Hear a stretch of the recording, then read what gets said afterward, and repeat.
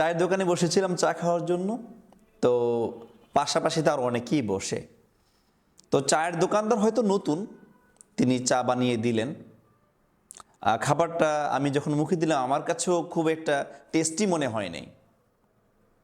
কিন্তু আরেক যুবক ভাই তিনি চাটা মুখে দিয়েই বলল যে মামা কি চা বানিয়েছেন এটা, একটা ধমক দিল আর কি চা বানাইছেন এটা, খাওয়া যাচ্ছে না।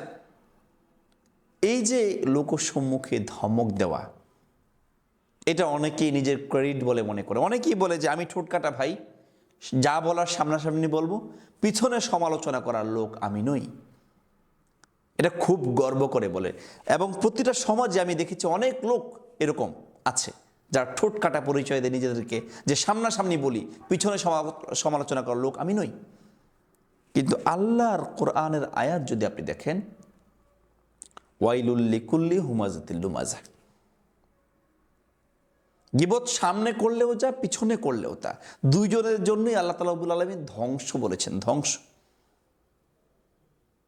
একইভাবে যেমন আপনি খাবার খাচ্ছেন, একটা জায়গায় বেড়াতে গিয়েছেন, একটা খাবারে লবণ কম হয়েছে বা একটাতে ঝাল বেশি হয়েছে, রান্নার প্রশংসা না করে প্রথমেই এটা বলে দিচ্ছে ঝাল বেশি হয়েছে অথবা ঝাল কম হয়েছে, লবণ কম হয়েছে। এটা কখনো মুমিনদের বৈশিষ্ট্য হতে পারে না।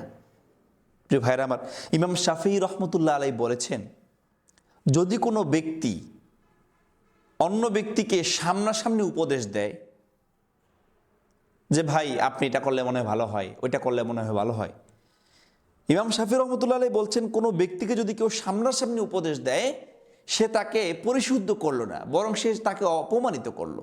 এবং কোনো ব্যক্তি যদি কোনো ব্যক্তিকে গোপনে উপদেশ দেয়, মূলত সেই ব্যক্তি তাকে পরিশুদ্ধ করলো। সামনাসামনি কারো ব্যাপারে সমালোচনা করা, ঠোঁট কাটার মতো তার জবাব দেওয়া, তার ভুলগুলোকে নিয়ে সবার সামনে হাসি ঠাট্টা করা, এটা কখনো মুসলমানদের ক্যারেক্টার হতেই পারে না। অথচ আমরা এটাকে লালন করছি এবং অনেকে গর্ববোধ করি। প্রিয় ভাইরা আমার, গীবত আপনি ইমাম সাহেবের কাছে আইসা শেয়ার করলেও গীবত হবে। একই গীবত আপনি আপনার ওয়াইফের সাথেও যদি রাত্রেবেলা বসে আলোচনা করেন, সেটাও গীবত হবে।